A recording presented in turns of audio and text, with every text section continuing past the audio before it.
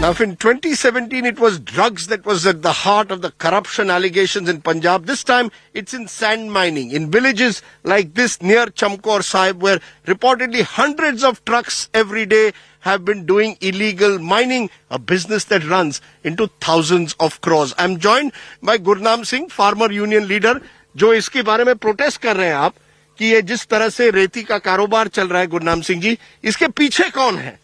इसके पीछे जो हमारे राशि नेता हैं, लोकल नेता राशि है, जो पुलिस हमारे चमकौर साहब से चोन लड़ी है, सीएम बनया है, एमएलए बनया है, मुख्यमंत्री है, उनके बगैर ये नहीं चलती थी। इसमें जितना प्रशासन है हमारा रोपड़ डिस्ट्रिक्ट का, वो सारा मिला हुआ था, सब मिला हुआ है। हम पुलिस मिली हुई है, लोकल एमएलए भी, और ये चीफ मिनिस्टर तक जाता है। हो सकता है जाता होगा जी, इसीलिए नहीं रोका गया जी।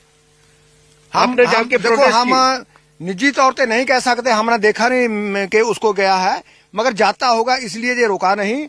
हमने बहुत ज्यादा प्रोटेस्ट किया, हमने टिप्पर भी रोक के इनसे पेपर मांगे कि इसका जो मंजूरी मिली है आपको सरकार द्वारा, वो हमें दिखाया जाए, मगर इनके पास कोई पेपर नहीं था। कितने ट्रक आते थे रोज? कम से कम रोज 200 ट्रक आता था। रोज 200 ट्रक यहाँ सतलुज के दिन रात में यहाँ से भर के दिन रात को भर के जाता था जी। दिन रात रेत चलता था जी।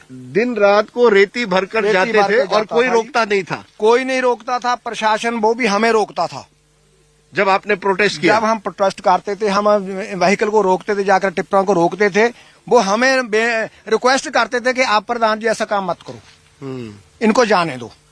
हमने सीएम साहब से जब उदों ये मंत्री थे, इनको बेनती की जाकर कि इनको रोको। चन्नी जी को तो रोका कि नहीं? फिर नहीं जी, उन्होंने बोला कि पहले नहीं रोका जी।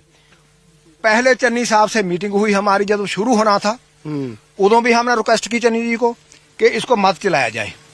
हमारी मीटिंग हुई जिसमें डीसी था, हमारी डीसी थी मैडम, और मैनेजिंग ऑफिसर था रोपड़ का, और डीएसपी चमकौर साहब, हम 200 बंदा हम था। वहां बात किया कि नहीं चलने देंगे, हम इसको नहीं चलाना चाहिए, मगर हमें प्रेशराइज किया गया हर एक से, राशि नेता से भी और प्रशासन से भी। इसको चलाया गया। कितने महीनों से? ये सालों से चल रहा है या पिछले एक साल से? पिछले साल नवंबर दिसंबर से चल रहा है, मेरा ख्याल है। एक साल से ये लगातार चल रहा है। तो इस पूरे एरिया को, ये सतलज के किनारे है, जहाँ भी है, इसके आगे भी है, ये पूरे एरिया को एक तरह से कब्जा कर दिया इन्होंने। हाँ, मुलाना एरिया है।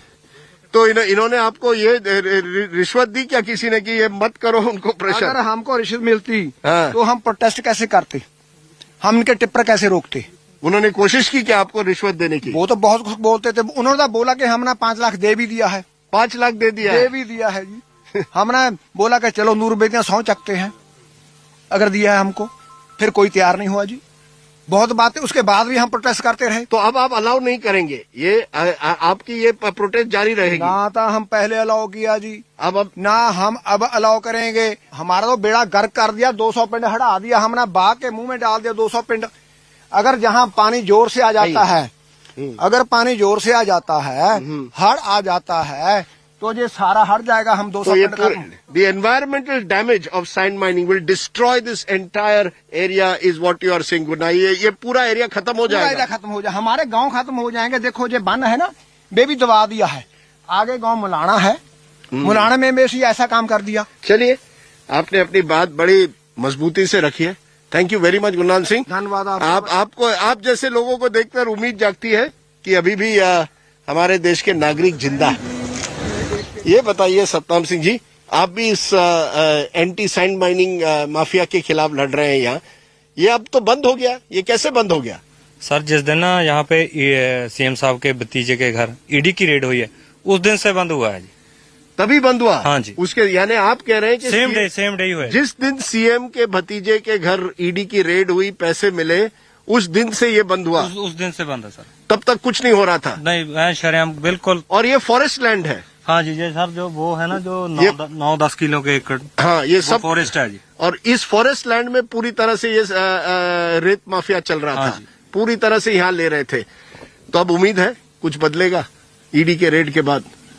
देखो जी, अजय तो कुछ हुण तां रुके हुए हैं, ਦੁਬਾਰਾ ਫੇਰ ਜੇ ਸੀਐਮ ਬਣ ਗਈ ਤਾਂ ਫੇਰ ਚੱਲ ਪੂਗਾ ਜੀ। अच्छा, दोबारा सीएम हो गए तो फिर चालू हो फिर चल जाएगा, जाएगा जी। अगर चन्नी जी दोबारा सीएम हो जाए तो फिर चल जाएगा जी। यहाँ पे आम जो सुनते थे ना, जहाँ पे भी तुसी जो थोतो कर हुंदा जी वो तुसी कर लो, सानू किसी का कोई डर नहीं। ये कहते थे कि हम कुछ भी कर सकते हैं, हाँ, किसी का कोई डर नहीं था इनको। किसी का कोई डर नहीं था जी। तो इतने पिछले हमने 1 साल से कोई डर नहीं था। 30 गांव में घूमकर सरपंचों से साइन करवा के, मोहरें लगवा के डीसी मैडम को भी दी। तो क्या बोले वो कुछ नहीं बस करा। हाँ, एप्लीकेशन लेते थे, बोलते नहीं थे कुछ। तो कुछ नहीं, तो कुछ कोई नहीं। कोई सैंड- कार्रवाई नहीं जी हुई। तो साडी कोई साहब। सैंड माफिया को रोक नहीं रहा था, कोई नहीं जी। बस जब ईडी की रेड हुई तब से कुछ रुका है। हाँ, उस दिन तो बंद है जी। और आपको डर है चुनाव के बाद यही फिर से शुरू हो जाएगा। हाँ जी, दोबारा फिर यही होगा जी। पैसे का खेल है बॉस। हाँ जी, पैसा है तो चलता है जी। चलिए, thank you. Okay sir. Remember what you've just heard. The villagers are claiming that the trucks would come as part of the sand mining mafia, and it only stopped when Chief Minister Channi's nephew was raided. Remember, 10 crores were found in that raid at the residence in cash.